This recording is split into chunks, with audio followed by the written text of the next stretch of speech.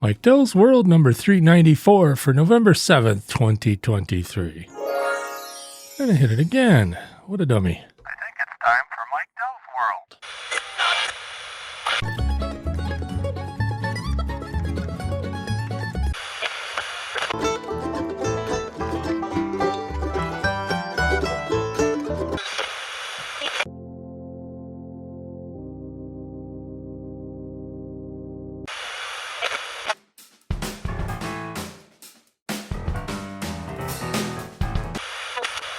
There it is. And here I am. How's it going?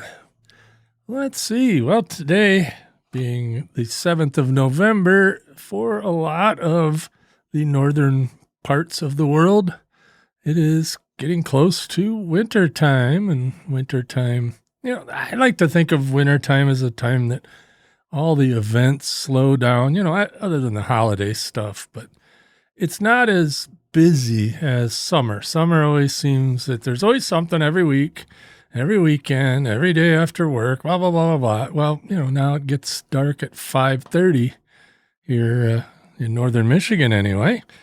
And, everything kind of hunkers down. And, I tend to get a lot of reading done and stuff like that.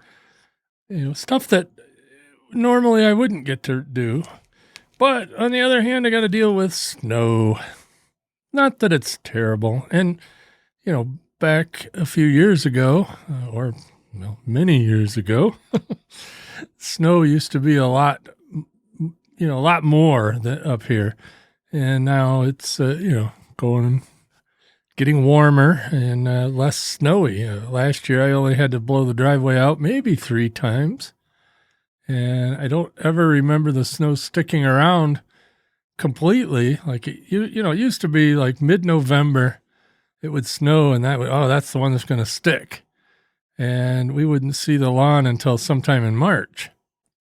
But now it always seems once a month we get a thaw. We might get a bunch of snow, but we'll get a day or 2 or 3 that'll will thaw. And that's, I don't know. I guess maybe it's climate change, but I believe that climates change all the time. We used to be in an ice age.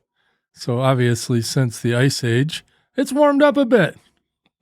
And I think it may continue to do that for a while. And then it'll cycle back and all that. And, like I said, I'm not denying that the change is happening, but I kind of wonder about the cause. I don't think the fact that I drive around in an old car that doesn't have a catalytic converter is contributing to anything other than, it kind of stinks. But I don't think we're going to hurt ourselves with it. I mean, one volcano puts out more crap than all the cars in the world. As we've talked about before, I don't think the electric cars are going to be the answer completely. Maybe, hybrids. I'm cool with that.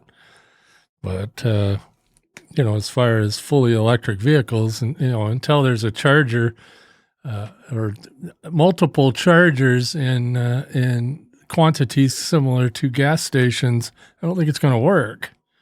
And, of course, our grid doesn't really handle it well. But let's get back on the subject at hand, snow. Up here, we deal with it in a lot of different ways.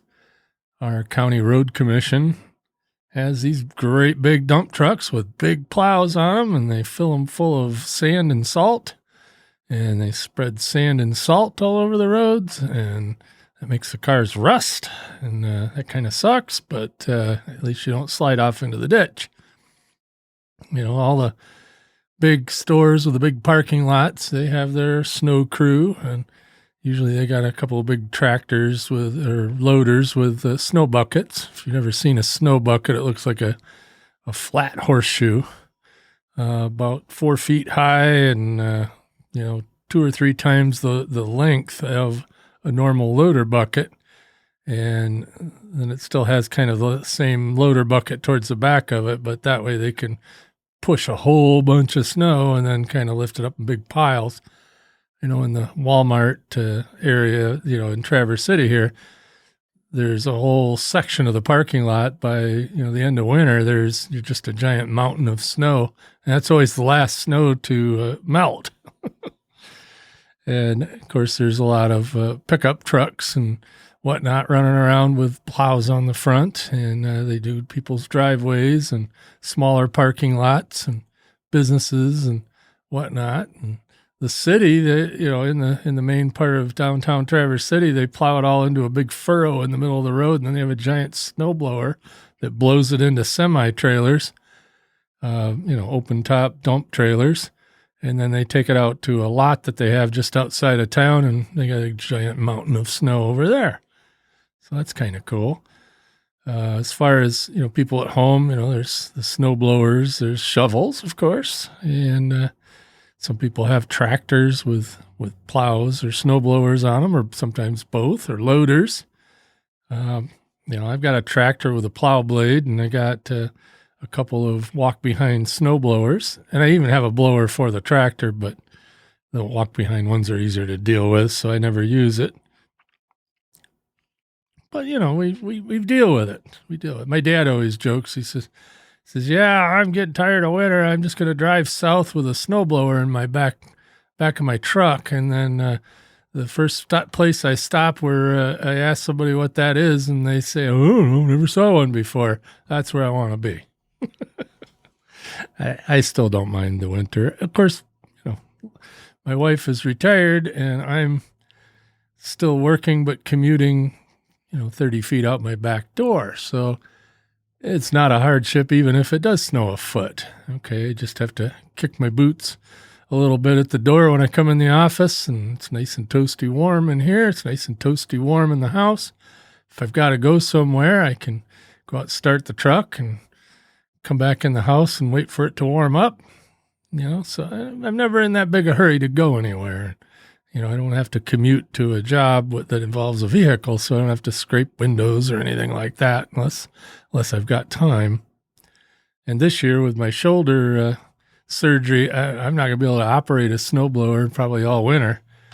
Because, it takes a few months before that's all back up to fighting strength. So we'll likely hire someone to take care of the snow blowing / shoveling chores. Between the house and the office, I got a small snow blower, and that's what I usually do is, do the walks with that. And they do a trail around the backyard for the beagles, so they don't have to get in the deep snow if they don't want to. But that's how we deal with snow up here.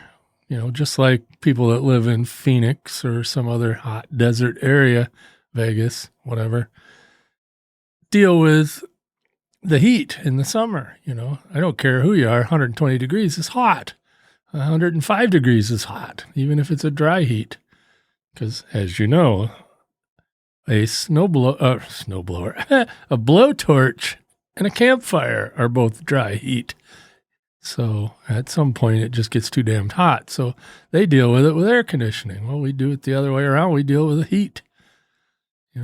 Most places have, most houses have at least 2 ways of heating their house, because you never know, the furnace might crap out or whatever. I've got, just electric heat in this office, a little Eden Pure. You might hear it running in the background, although it's pretty darn quiet. And if that if the heater craps out, I got another one. But if the electric craps out, well, I wouldn't really be out in the office if the electric crapped out, but I do have a generator, so I can run electric heat. In the house, we have a fireplace and gas heat, furnace.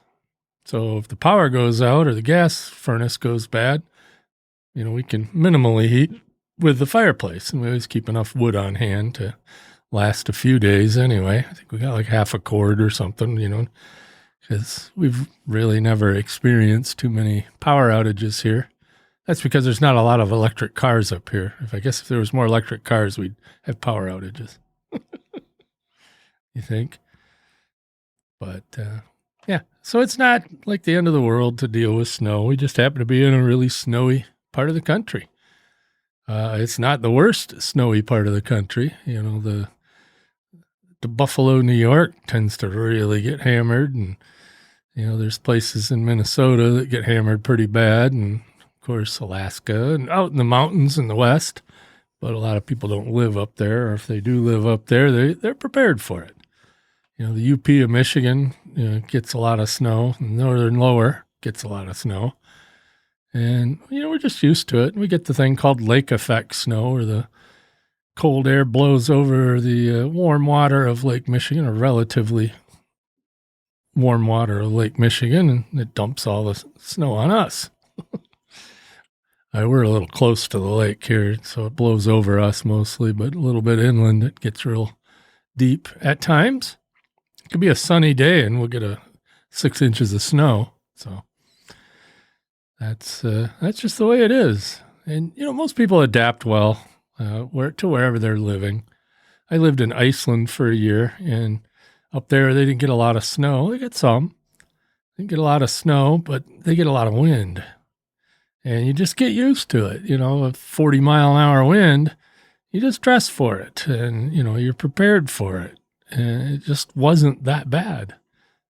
It was actually milder winters than here. It's just they lasted for 6 months instead of 4 or 3, whatever. So, anywho, that's going to be my episode for today. We'll catch you tomorrow.